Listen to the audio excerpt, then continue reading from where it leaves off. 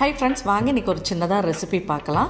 ஒரு சப்ஸ்கிரைபர் என்கிட்ட பாவக்காய் ஃப்ரை ரெசிபி கேட்டிருந்தாங்க. அதுதான் உங்களோட ஷேர் பண்ணியிருக்கேன். நான் ஒரு பாவக்காயை நல்லா கழுவிட்டு இந்த மாதிரி ஸ்லைஸ் பண்ணி எடுத்துக்கிட்டேன்.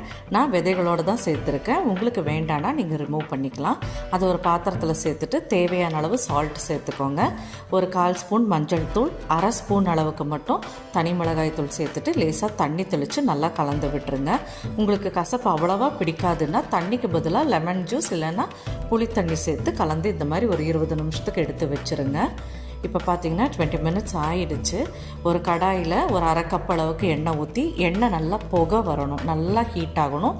அதுக்கப்புறம் நம்ம பாவக்காயை சேர்த்துக்கலாம். பாவக்காய் ஃப்ரை ஆகிறதுக்கு கொஞ்சம் டைம் எடுக்கும். ஹை ஃப்ளேம்லேயே தான் நீங்கள் பொரிச்சு எடுக்கிற மாதிரி இருக்கும். அடிக்கிற சூட்டுக்கு கொஞ்சம் நேரம் காற்று வாங்கிட்டு வரலான்னா அந்த பக்கம் இந்த பக்கம் நகர்ந்துட்டிங்கன்னா அப்படியே கரிஞ்சு வீணாக போயிடும். அதனால் பக்கத்துலேயே நின்று திருப்பி திருப்பி போட்டு இந்த மாதிரி ஃப்ரை பண்ணி எடுத்துக்கோங்க.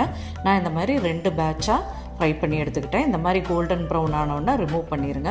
இப்படியே கூட சாப்பிட்லாம். இன்னும் கொஞ்சம் ஃப்ளேவர் ஆக்கிறதுக்காக நான் எக்ஸஸ் ஆயிலெல்லாம் ரிமூவ் பண்ணிவிட்டு ஒரு 2 ஸ்பூன் ஆயில் மட்டும் ஊற்றிட்டு நம்ம ஃப்ரை பண்ணி வச்சுருக்கிற பாவக்காயை சேர்த்துருக்கேன்.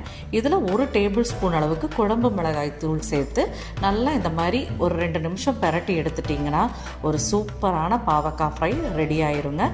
இது எல்லா சாப்பாட்டுக்குமே டேஸ்ட்டாக இருக்கும். அவ்வளோ கசப்பெல்லாம் ஒன்றும் தெரியாது.